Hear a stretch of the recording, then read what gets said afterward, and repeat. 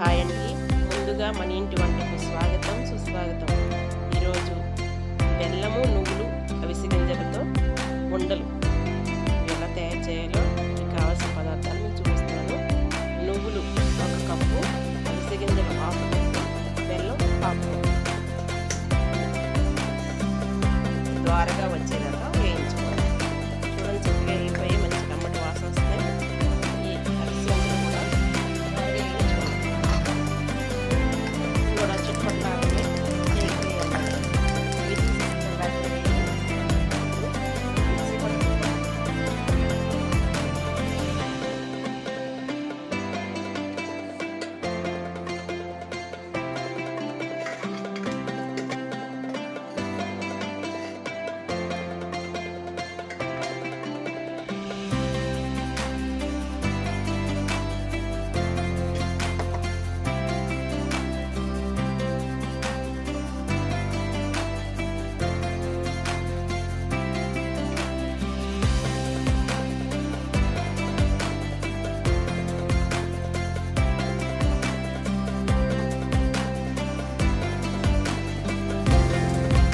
అవటానికి లైట్గా కొంచెం పాలు పోస్తుంది.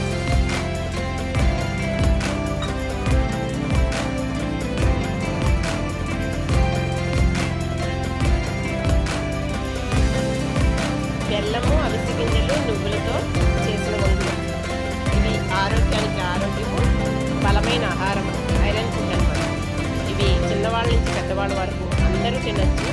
కాకపోతే బాలింతలు, ప్రెగ్నెన్సీతో ఉన్నవాళ్ళు తినకపోవడమే మంచిది. ఇవి అందరికీ కూడా చాలా మంచిది, చాలా రుచిగా ఉంటాయి.